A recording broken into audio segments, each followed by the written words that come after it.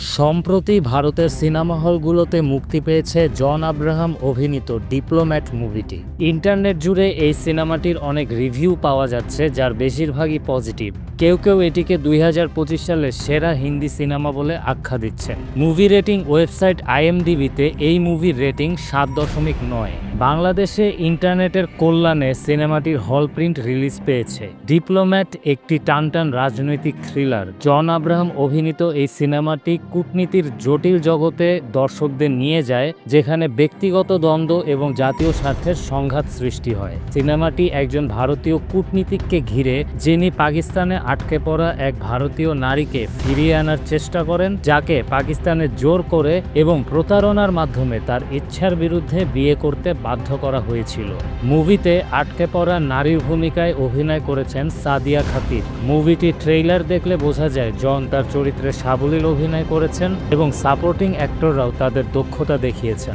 শিবাম নায়ারের পরিচালনা এবং রিতেশ শাহের চিত্রনাট্য সিনেমাটিকে একটি আকর্ষণীয় থ্রিলার হিসেবে দর্শকদের সামনে তুলে ধরেছে। সিনেমার চিত্রনাট্য খুবই ভালো এবং দর্শকদের শেষ পর্যন্ত ধরে রাখে। ডিপ্লোম্যাট একটি শক্তিশালী রাজনৈতিক থ্রিলার যা কূটনীতির জটিলতা এবং মানব সম্পর্কের গভীরতা তুলে ধরে। যারা টানটান থ্রিলার সিনেমা পছন্দ করেন তাদের জন্য এই সিনেমাটি একটি ভালো অভিজ্ঞতা হতে পারে।